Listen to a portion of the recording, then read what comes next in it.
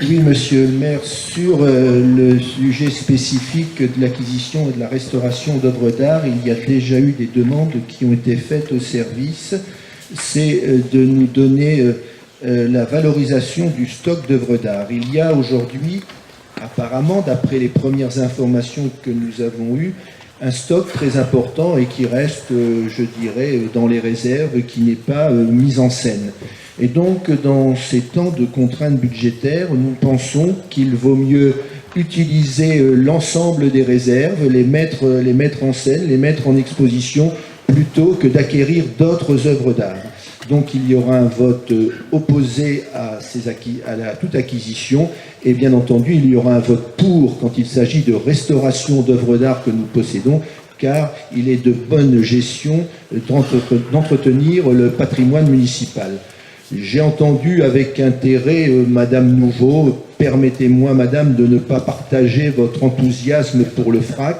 L'ensemble des études, l'ensemble des statistiques sur la fréquentation de ces fonds régionaux d'art contemporain montrent que nous avons trop souvent un art bien éloigné de l'appétit populaire, très peu fréquenté, et finalement, en termes de dépenses publiques, il n'y a pas d'adéquation entre les investissements qui sont faits. Alors, je dirais d'une formule simple, oui, vive le musée des arts et traditions portuaires, mais le FRAC, très peu pour moi.